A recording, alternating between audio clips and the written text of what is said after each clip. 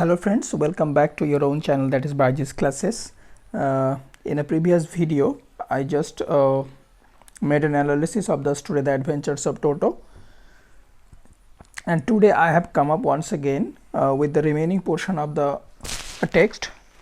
I hope that you have found that analysis so helpful and without wasting much time, let's begin the video here.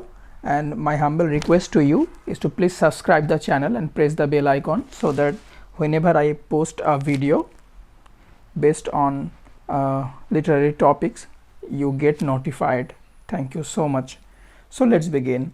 So as we have come to know that here grandfather, the author's grandfather, has bought a baby monkey to home, and the name of the baby monkey is Toto. And how did he get the monkey? We have come to know all this. Here the monkey is actually making a journey from outside to the home of the author's grandfather, or to the author's house, because it is the house of the author as well as the house of the grandfather. And the thing which Toto destroyed first was the author's school blazer. School blazer was the first thing destroyed by Toto here, the baby monkey Toto. And I think you have understood the fact that Toto is quite mischievous by nature. So let's see what are the other adventures we are going to witness here.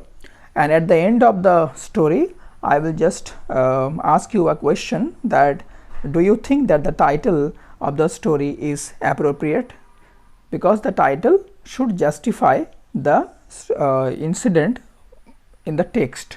Okay, so the author is saying that they just found he just found his school blazer in a very pathetic condition, which had been hanging there, was in shreds. Yes, I wondered what grandmother would say. Yes, because the incident, the fact that Toto has been brought home, it has been kept secret from the grandmother. Both the narrator, both the author and his grandfather has kept the matter completely secret from the grandmother, because that means they didn't let grandmother know this. And the narrator is wondering that what would the grandmother say, what would be her reaction when she would come to know of the presence of a monkey in their home. But grandfather didn't worry, but grandfather said that he is not worried about it. He seemed pleased with Toto's performance. Rather, grandfather was pleased with the performance of Toto. That means grandfather was happy with the intelligence that Toto had shown in escaping from there. He is clever. So grandfather became sure about a fact that Toto is undoubtedly clever, said grandfather. Given time, I am sure he could have tied the torn pieces of your blazer into a rope and made his escape from the window. Here the narrator, here the grandfather is saying that probably Toto made a rope with the pieces of the blazer, with the torn pieces of cloth of the blazer, and he might have made a rope with it, which he just used to get down from the window. Yes, so obviously it shows that the monkey Toto is quite intelligent. His presence in the house still a secret. Still his presence is a secret. It has been kept a secret. Toto was now transferred to a big cage in the servants' quarters, where a number of grandfather's pets lived very sociably there together. Now Toto has been shifted to another place in the house. Now Toto is staying in the quarter of the servant. That means they could have a quarter adjacent to their house. This quarter was assigned for the servants, and the monkey was shifted to this place now, and some other animals are also there who were living amicably.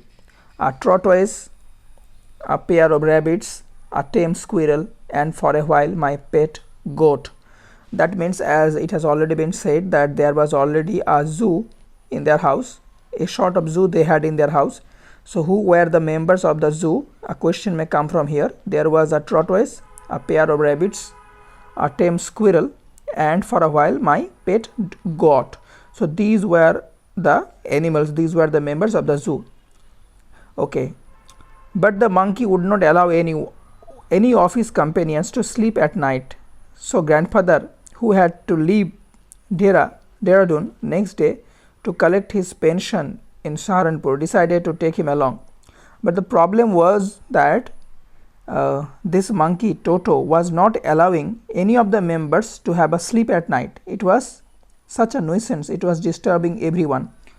And grandfather was to go to Dehradun to collect his pension the next day. And grandfather was to leave Dehradun next day to collect his pension in Saharanpur. Yes, so he was to leave Dehradun to go to Saharanpur in order to collect his pension. So he decided to take Toto with him, because he was perhaps thinking that if I just leave Toto behind, that he could do some other mischief and his identity may get revealed to the grandmother. So grandfather decided to take the monkey with him.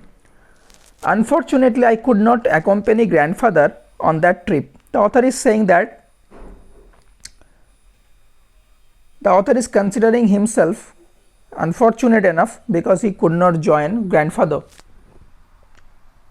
to Saharanpur. He could not join grandfather and Toto. So unfortunately, I could not accompany grandfather on that trip, but he told me about it afterwards. A big black canvas kit bag was prepared for Toto. A special kind of bag was prepared for Toto. This with some straw at the bottom became his new abode. That means a special kind of bag was prepared for the baby monkey Toto, and inside the bag, at the bottom of the bag, some straw was kept so that the monkey can rest on it. That means now grandfather would carry Toto, the baby monkey, with him inside a bag, and he also doesn't want that anybody else comes to know about the presence of the monkey inside the bag. When the bag was closed, there was no escape, and once you close the bag, once you pull the zip of the bag, there was no escape. You can't go, the monkey can't go anywhere. Toto could not get his hands through the opening, and the canvas was too strong for him to bite his way through. Yes, next time what did it do? We all know that previous time what it did, we all know that previous time before the monkey Toto, it just made an exit from its primary shelter. So this time they have learnt a lesson from it, and this time they have made a canvas bag, durable canvas bag for carrying it, so that it can't bite and make an exit from the bag. His efforts to get out only had the effect of making the bag roll out about on the floor or occasionally jump into the air, an exhibition that attracted a curious crowd of onlookers on the Dehradun railway platform. But what Toto did this time was such an unusual incident. When grandfather was all set on the platform and waiting for the train's arrival, the bag into which Toto was inside, the bag started rolling on the platform, and suddenly it was just jumping up into the air. So obviously it drew attention of the onlookers, of the people who were standing on the platform, because you can't see what is there inside and why is the bag jumping and rolling on the platform. It was something unusual, so naturally it drew attention of the people present over there. Yes. Toto remained in the bag as far as Saharanpur. But while grandfather was producing his ticket at the railway turnstile, what is railway turnstile? Railway turnstile, a special kind of gate which has a rotating base. Turnstile is a gate. This kind of turnstile is a kind of gate, and this kinds of gates are generally located or placed on a narrow escape, so that on a narrow place, so that not more than one person can go through it. That means people will have to cross the gate one by one, and the moment you cross it, the gate starts rotating around its axis. This kind of gate you could have seen, or you might have seen in parks, in shopping malls and all that. This kinds of gates are placed there intentionally, so that no passenger can go without showing or producing his ticket to the ticket collector. Yes. And there is a note, word note in your book also on turnstile gate. So here grandfather had to produce his ticket to a ticket collector. Yes.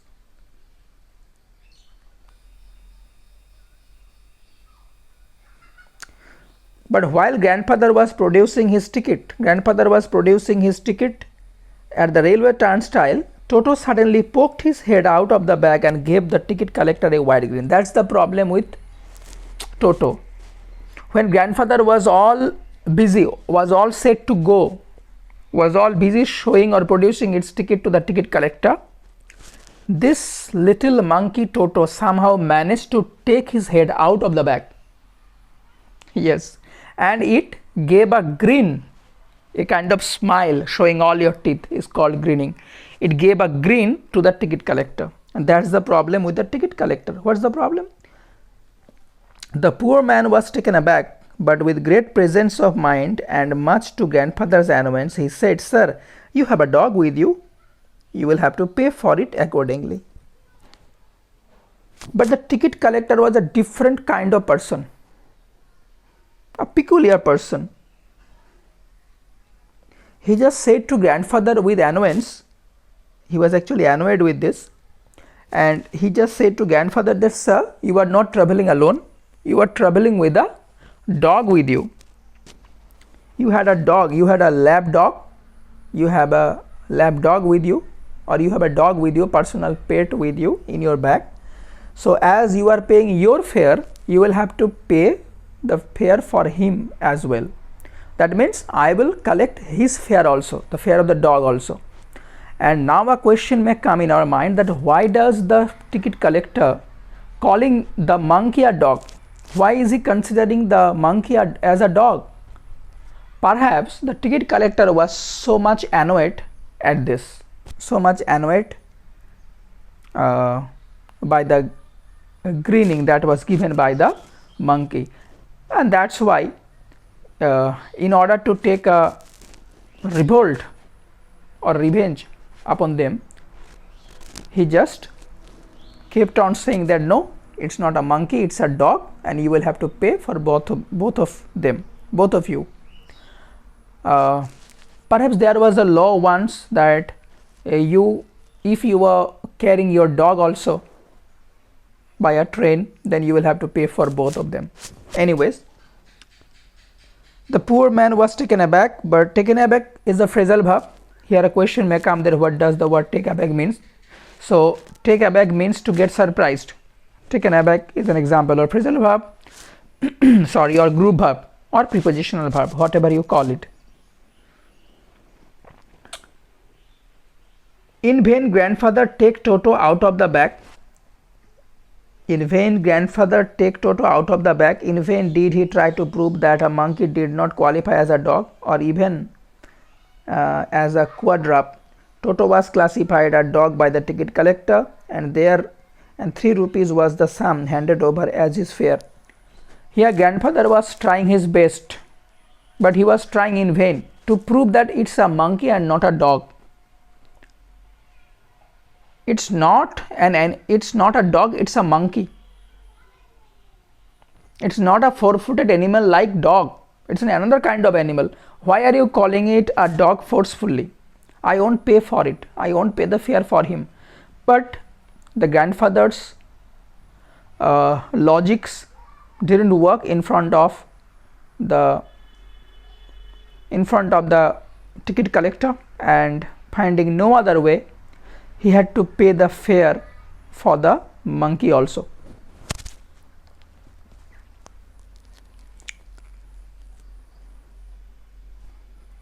Yes, and how much did he have to pay? The question may come from here also. That was 3 rupees, and 3 rupees was the sum, was the amount handed over as his fare. Then grandfather, just to get his own back, took from his pocket our pet tortoise and said, sorry, what must I pay for this, since you charge for all animals? Now we come to know that it was not just the grandfather and the monkey who were just traveling, and another animal was also traveling with them. What? That was a tortoise, a small tortoise that grandfather was carrying in his pocket. So all these things suggest or prove the fact that how much a lover of the grandfather was. That means the grandfather was so passionate about his pets. He was such an animal lover. Okay. So grandfather was carrying a tortoise also in his pocket, and he then produced the tortoise to the ticket collector and asked him that now how much would you charge me for carrying this tortoise in my pocket? How much will I have to pay as fare for the tortoise, since you are charging fare for all the animals, then you will have to charge for this tortoise also, because a monkey is not a monkey to you, a monkey is a dog to you, then a tortoise should also be an animal to you. Then how much will I have to pay for the tortoise, for carrying this tortoise also? The ticket collector looked closely at the tortoise, prodded it with his forefinger, gave grandfather a pleased and triumphant look and said, "No charge, it's not a dog." The ticket collector is also such a peculiar person. The ticket collector, instead of saying anything, it just poked the tortoise with its finger, and he simply said that you did not pay any fare for this, since it's not a dog. So note the thing here, that the ticket collector is not even saying that since it's a tortoise you need not pay. The ticket collector is saying that since it's not a dog you need not pay for it. So as the monkey was not a monkey to the ticket collector, this tortoise may not be a tortoise to him. He has not called it a tortoise ever. He is simply saying that since it's not a dog, so no charge for it. When Toto was finally accepted by grandmother,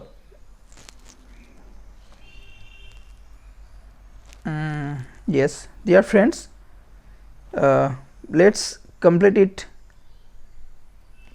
our video today here only. In the next video, I would explain the remaining portion of the text to you. Thank you so much for watching. Please subscribe the channel and share with your friends. Thanks for watching.